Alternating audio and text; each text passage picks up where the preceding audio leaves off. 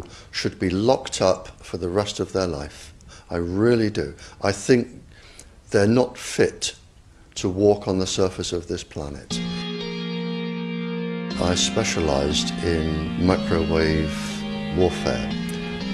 Radar, obviously, which uses microwave, but they don't just teach you radar, they teach you all about microwaves and other uses. So I understood about microwave warfare and how it can damage people, how it can harm people. Imagine you are a 15-year-old schoolgirl. All of the 400,000 eggs in your ovaries were with you at birth. They're not fully developed, but they're with you. They are 10 times more susceptible to radiation than all of the other DNA in the body.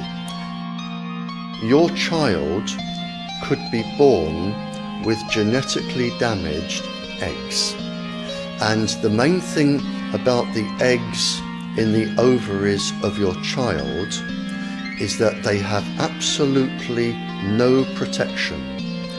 It hasn't been developed yet. We have a natural protection against microwaves. It was developed since the Stone Age against thunderstorms.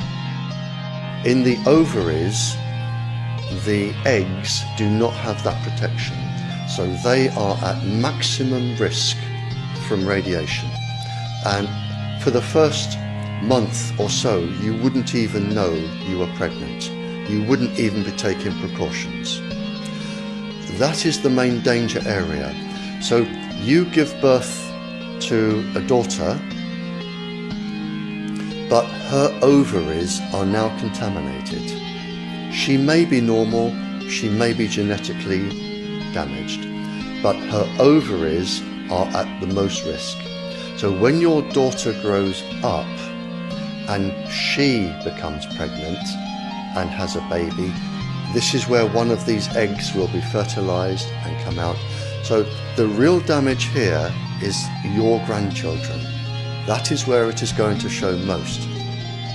But it gets worse, because this particular DNA, the mitochondrial DNA inside you, you can trace unchanged to your mother, her mother, her mother, right the way back to the beginning of the human race in Africa, the Stone Age.